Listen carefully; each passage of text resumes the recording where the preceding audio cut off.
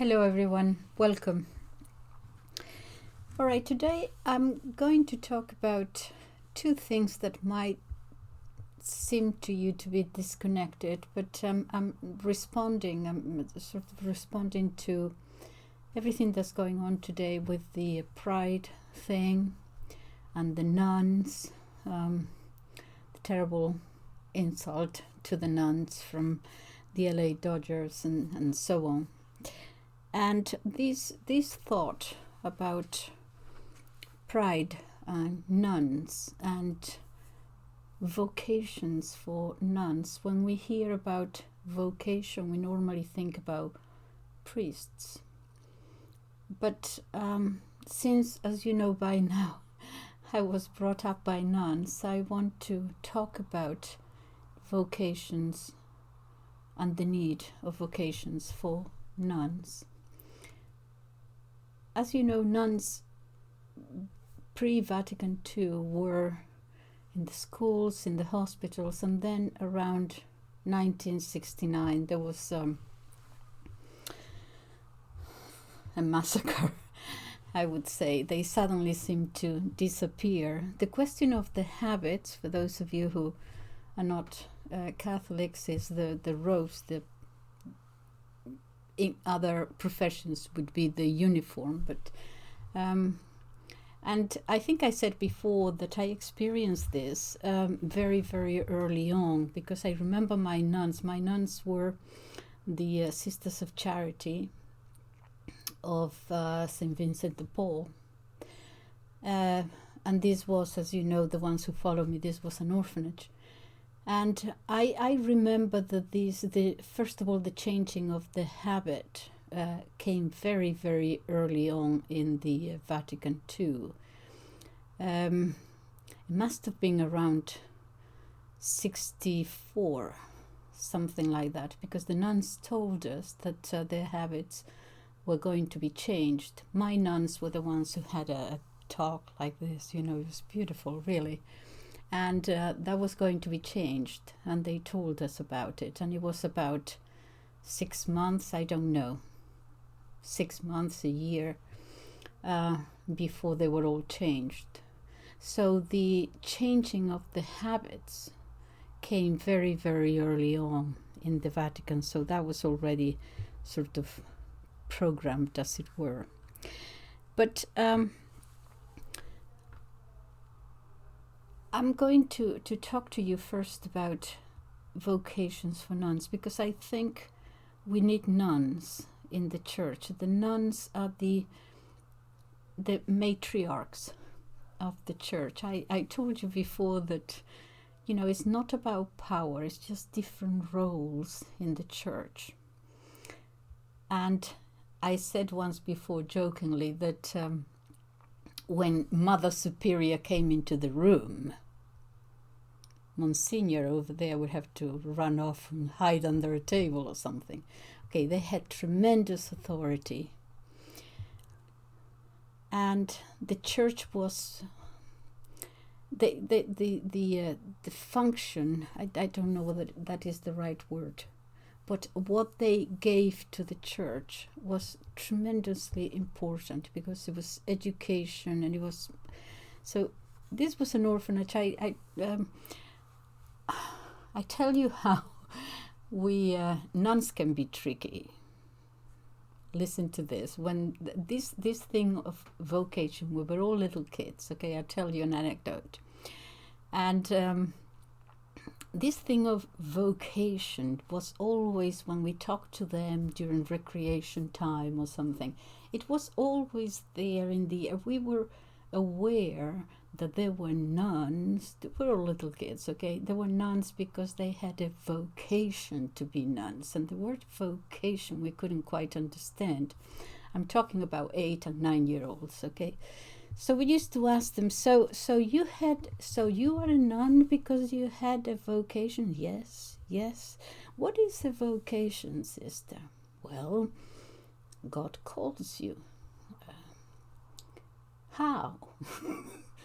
How does God call you? Well, you will know. He speaks very loud and clear. Oh, what you have to do is to listen. They always had this thing about listening, nuns. They used to say little things like, how do you learn to read? By reading. How do you learn to write? By writing. How do you learn to run? By running. How do you learn to play? By playing. How do you learn to speak? By listening. They always had these little things anyway, so they were very big on listening. You have to listen. Stop talking. Listen. They always told us, inspired us to always listen. So they're saying, well, you have to listen and God will speak. But how does God speak to you? Oh, you will listen and you will hear it loud and clear. Oh, yes. And one of the girls said, oh, I know. Knock, knock. Who's there? Is God. Yes, God, I want you to be a nun. No, it's not like that. We all laughed. Even us know that it wasn't like that. But they were trying to say, just listen and it will become very apparent. And we couldn't understand how that was. So one of the girls said, I'm going back sort of in my mind. I have it all in my mind's eye and my mind's ear. And I remember one of the girls said, do you think he will call me sister? And she said, well, he doesn't always call the ones who want to. Sometimes he calls the ones who don't want to. How? Well, listen and you will know. But he calls those who fight him. Oh, yes. Like Lali over here. And she pointed to me. Like Lali over here. And I said, no. I don't want to be a nun. He's not going to call me because I don't want to be a nun. Oh, you have already decided for the Lord. No, I haven't decided for the Lord. I was a clever little girl. I could talk and talk. Not so much clever, but I did have the gift of the gab, as it were, a little bit in Spanish. So I could talk and keep talking and philosophize, as it were, and get myself out of whatever it was. I said, no, he's not going to call me. Oh, you have already decided for the Lord. No, I haven't decided for the Lord, sister, but I mean, I don't want to be God. I don't want to be a nun, so if I don't want to be a nun, why would God call me to be a nun, knowing that I don't want to be a nun, because he knows everything, right? So if he calls me to be a nun and I don't want to be a nun, then I would be a bad nun. So why would he call me to be a bad nun? So I don't think he's going. Anyway, I went on and on. And the sister said, oh dear God, you're going to enjoy this one. Oh, there is nothing he loves more than a good fight. Oh, God loves a good fight. Oh, I can see him now in heaven saying, oh, I'm going to enjoy this fight. And then she left. So I was there with this fight. And I was saying, oh gosh, okay, no, I don't want to be a nun. So what she said is that if I don't want to be a nun, then perhaps he will call me.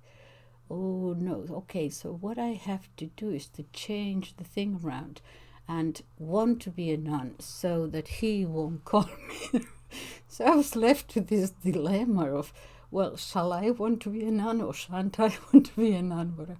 Anyway, this vocation thing was something that it was always on the air. The other thing was, and this is why I'm joining these things together, the other one was pride and arrogance. It was always there.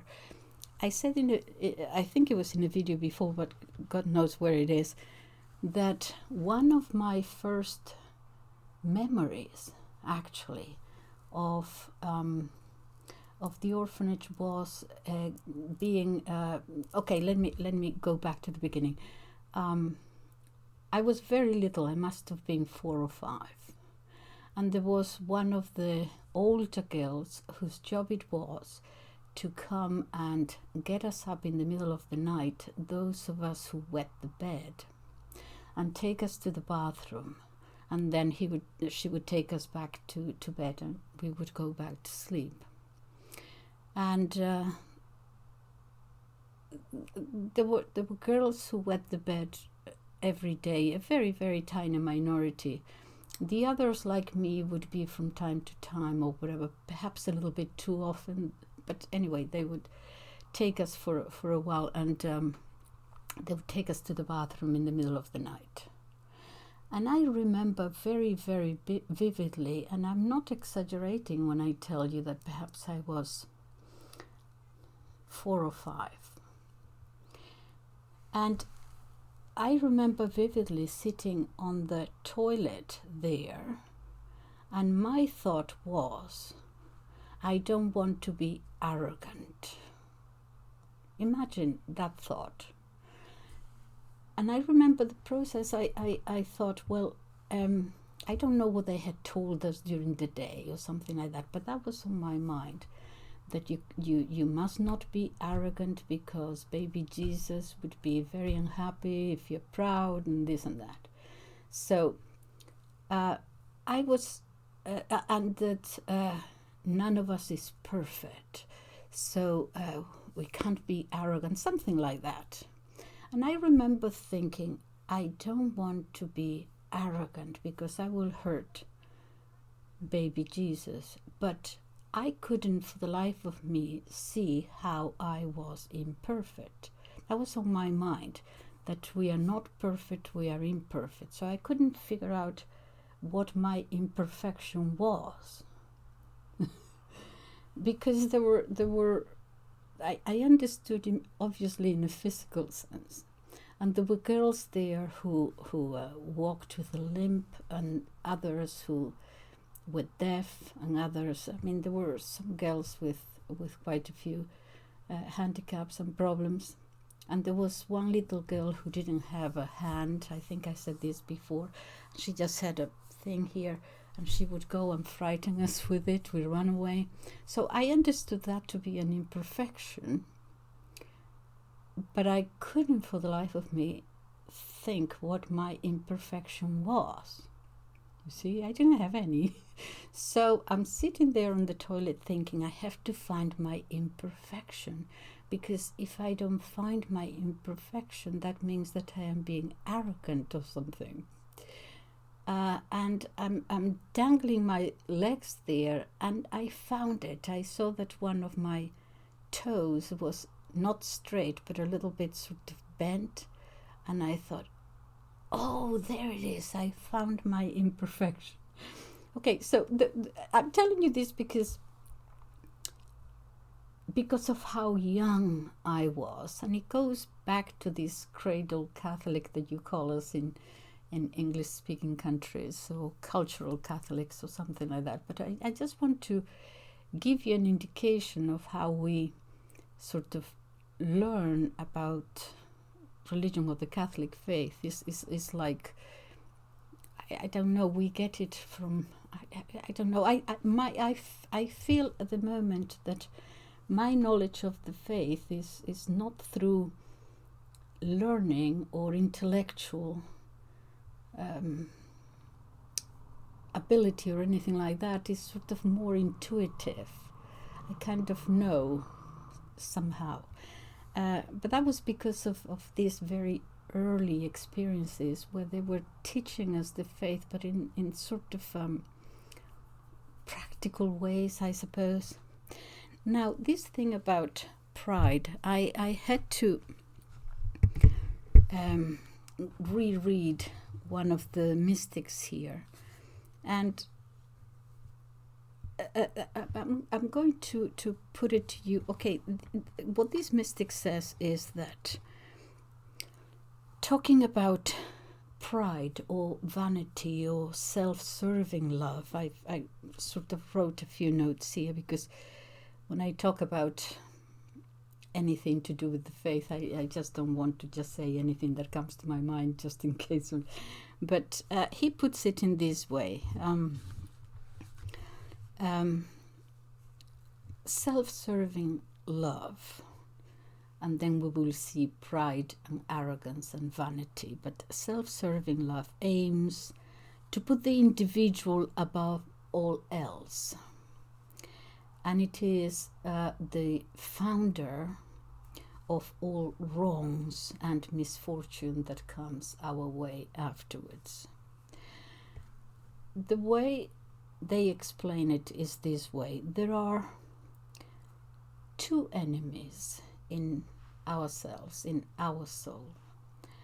Two enemies, two contending forces within each one of us. And each force is pulling in its own direction. Each struggles to gain, let's say, supremacy over the other. And that is the spiritual and the mundane. In other words, love of God or love of the world. These are two loves within us that are continuously struggling. Okay, now they are capital enemies, like two kings, each fighting to gain sovereignty of their own crowns. There cannot be two kings in a kingdom ruling jointly or side by side or taking turns. There can be only one. And this means that there can only be one principle, one main primary love in our soul, the primary one from which everything else derives. In other words, one source through which and from which everything else we love will be loved. And this struggle is a choice that we have to make. The spiritual, the eternal and the ephemeral, as it were. The transient, the eternal and the transitory. Or to put it in other words, God and the world. They're going to be continuously fighting within us.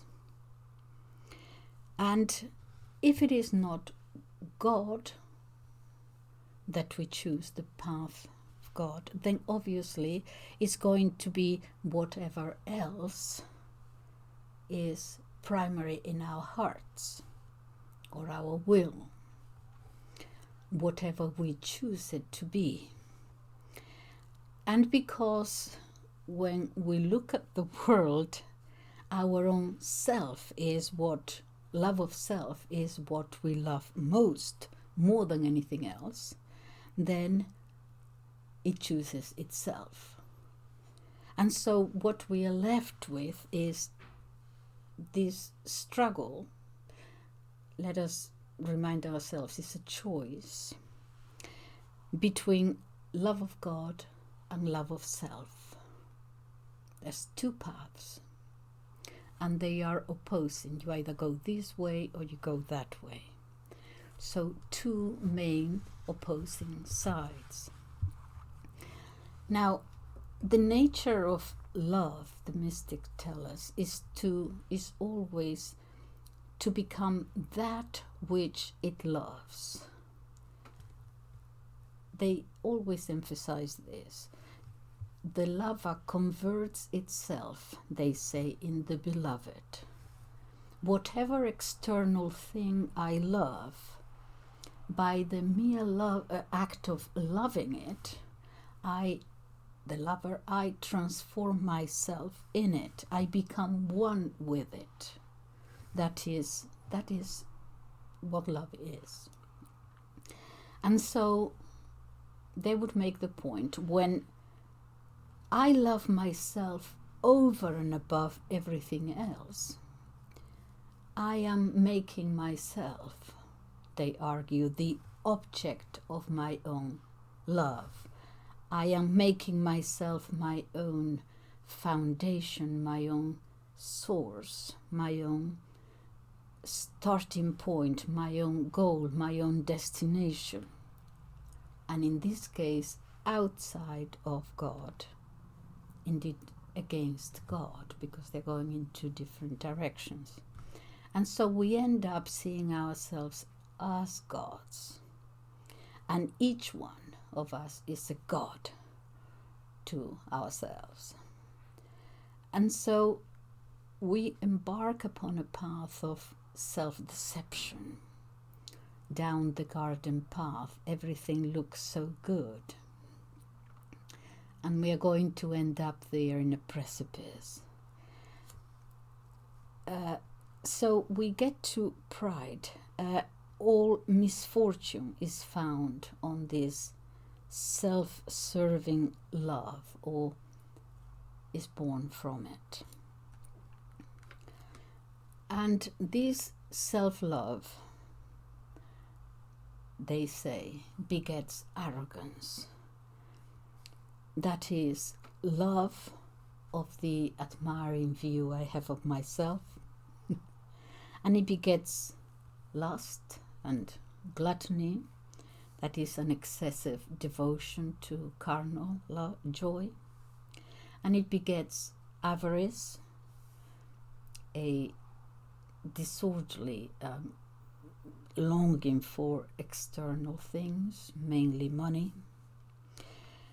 And since what we love above all else is our own standing, our own reputation, our status, our views and beliefs and recognition by others, guess what? Well, the other side of it is that we are going to hate everything else that stands in the way. And so now what we have is anger and rage, born out of vengeance of those who would frustrate our ambitions and our passions. And we also have envy, which is really hate of someone else's fortune, and love of his misfortune. And when it affects us in any way, or it stands in the way. So what I am saying with this is that what we are seeing nowadays with these pride things going on, to have in mind where pride necessarily leads us. Sometimes to despair. And we have the world as it is now, based on this pride and arrogance, and I don't know where we are going to end. To join the two things together, I actually am going to pray for more vocations for nuns who taught me so much, who from suddenly disappeared. They seem to have disappeared from the church. And we need a resurgence. We need a new beginning. And I'm putting my hope in more vocations for nuns. Okay, I think I'll leave it there. Thank you so much. Bye-bye.